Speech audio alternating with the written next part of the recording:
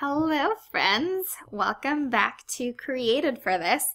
I am so glad you're joining me. I'm Danielle Roberts, and today we are going to talk about a four-letter word.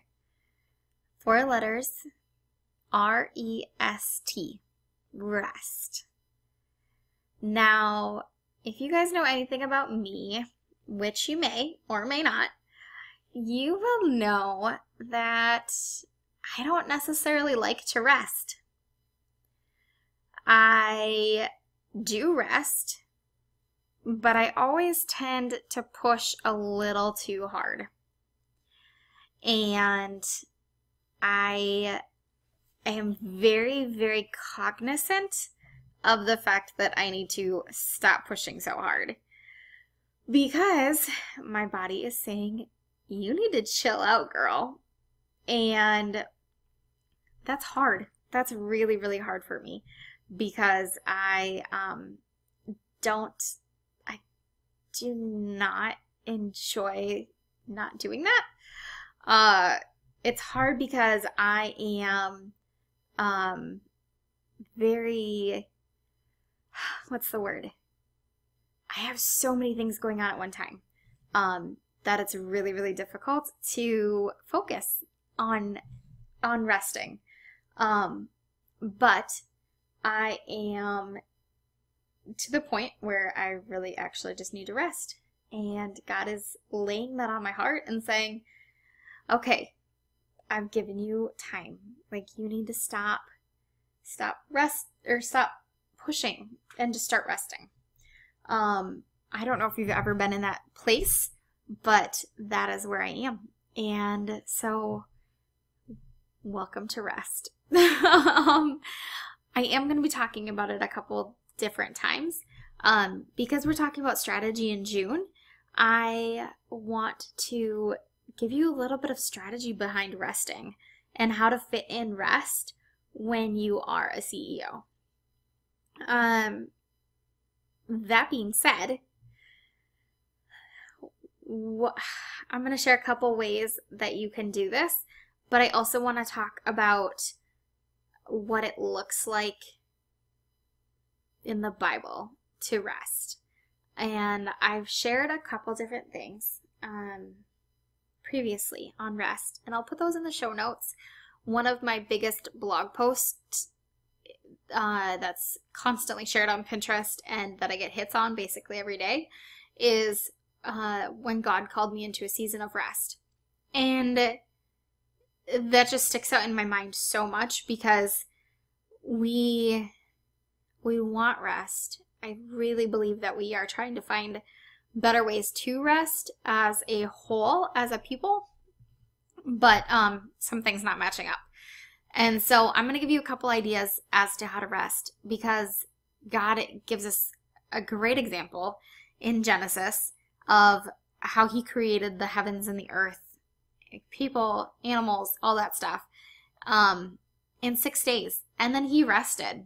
And he didn't have to. That's the thing. I was reading in Hebrews this past week on rest. And my Bible notes were like, God did not have to rest. But he called it good, and he rested, and he enjoyed what he created. And I think that says so much as to what we should do and how we should model after that. So I'm going to be putting more out about rest, but those were a few things that were like blatantly screaming like, hey, this is truth. Like, Bible says you need to rest. So that's where we're at. A couple different things, and I have these written down in my fun little EL book from May Designs, which I love. I love journals. Okay, so having a team. As you may or may not know, I have 2 people on my team. I've got a virtual assistant who is now more focusing on bookkeeping and Pinterest. Heather Ferris. She's wonderful. Amazing. If you guys need anybody for Pinterest or anything, look her up. And And then I have Amanda Taylor, who does my graphic designs and helps me with my social media. So those are my 2 team members. One of the things that has helped me in business immensely is to have team members, because having a team allows me to delegate the things that I don't enjoy, the things that take up too much time, the things that they're better at that I'm not. I'm not good at everything, guys. I don't know if I need to tell you that, but I'm not good at everything. And so those girls, I mean, Amanda does amazing things with my graphics. I send her things as like, oh, I kind of put this together. And she's like, no, we're not using that. So she's on point. She's got it together. That's why I have a team, because I need to be able to hand stuff off. Because Heather's moving more into doing my bookkeeping and doing my Pinterest, which she's amazing at. Like, those are her talents. I am probably going to be looking for somebody else to kind of fill in and do a couple of the other administrative things that I need help with. So those are how I delegate, and having the team allows me to delegate and step back and rest. So that's the first thing that I think is huge, is being able to ask for help. When I went on vacation a couple weeks ago, I kind of shot Heather a message haphazardly. Didn't even think about it. And I was like, hey, Heather, are you available those days? Can you keep an eye on my email if there's something that I need? And she was like, oh, yeah, sure, that's fine. So even just having that knowledge, that peace of mind that somebody is available to help if necessary. I didn't end up needing anything because I was able to handle it all on my own. But having that was huge. Just knowing that I could take a step back and things would be okay. They'd be under control. It was good. So if that's something that you need, maybe this is not the right time to implement it, but maybe for later on down the road, something to think about.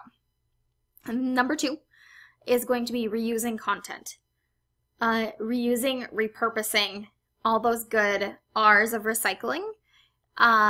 This is something that I'm going to be doing a lot this summer as I'm working on my book, taking a step away and like allowing rest to happen, and allowing Amanda to step in and do her great things with social media, because I have created so much content.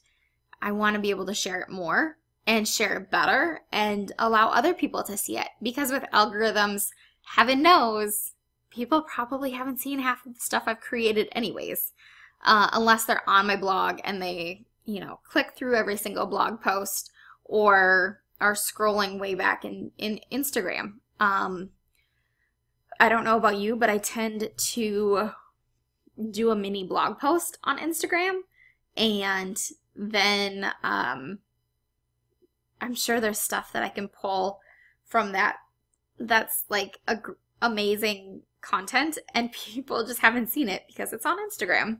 So I'm going to be looking at that and creating a blog post out of it, or creating newsletters and digging deeper into things, sharing more of what God has laid on my heart, and just good things that I've learned. So that's something that I highly encourage anyways, even if you're not going to be taking a step back and resting. I think it's a really super good idea to do that. And I know a lot of people are pushing that, because I think we've hit a place where we know that there's so much content put out, but not a lot of it has been consumed, or people are reaching the point of like just being tired of consuming content. So that's that. Number 3. This one I need to do. So by the time that this podcast has come out, I challenge all y'all to check and make sure. And I'm going to hold myself accountable to this by saying this on the podcast. I will be doing an out of office email because I don't have one yet. I should, because I've been so busy. It takes me longer to respond to emails. And somebody actually emailed, they Instagram messaged me and they were like, hey, did you get that email yet? And I was like, ugh, yes, I got it, and I'm sorry. So I'm going to be doing that. And it's just going to say, hey, I am not out of the office, but I'm taking a break and I'm going to be taking longer answering emails. Please know that I got your email. I care about you, blah, blah, blah. So that's that. And it's so hard as a business owner to take time away because I want to make sure that people are taken care of and I'm answering things and I'm still showing up and still being relevant. I think is a big one, being relevant. And so having an out of office reminder, even if it does take you a week to get back to emails, just showing somebody that you care, because that's a real person on the other side of that email. It's not just a piece of email. It's not just a follower. It's not just a number. It's a real person. So that's what I'm going to do. And I challenge you to do the same thing if you take time away. I think it's just a good practice. And also, so number 4 is letting clients know that you're taking a break. If you are a service-based person, your clients need to know you're taking a break, and give them however long, if it states in your contract, if it doesn't state in your contract, that's going to be important. So letting them know, and also maybe giving them options of who to turn to and when you're taking a break, depending on how long you're away, or even saying, let's cut down my time so it's more manageable for me during this period of time, or whatever you decide. Encourage them. If you're answering their emails, encourage them to also put out an out of office. When I was working with Dana Malstaff for Boss Mom, when I took my maternity leave, we had a good auto responder out of office that was like, hey, Danielle, who checks my emails, is out having a baby and taking care of her new baby, so it's going to take us longer to get back to you. Super helpful, super informative, formal but not formal, and it worked. People knew that we got their emails. I was able to respond to people in a more timely manner that they expected. So it wasn't somebody's going to answer my email within 24 hours. It's going to take me a couple days possibly to get back to you. So that was good. That was helpful. And it still continued the conversation, and it allowed us to be human, because we didn't need to get back to email straight away. So those are the 4 tips that I'm going to give you. I want to remind you, as you think about this, maybe you're thinking, well, this isn't really possible for me, or that's awesome, like I'm not really burnt out, but I don't really need to rest, or I'm not feeling burnt out, or whatever your case may be. You probably started your business with some longing to have more control of your business or your schedule or whatever the case may be. So just take advantage of that. Be able to be present and remember your why. Because resting isn't something that a lot of us want to do. Or it might not be something that's absolutely what we feel like we should be doing, because we feel like we should be hustling. We feel like we should be running and chasing and doing all the things that we should be doing for business. But remember your schedule and why you became a business owner. If your schedule was one of the reasons why you were like, I want to be my own boss.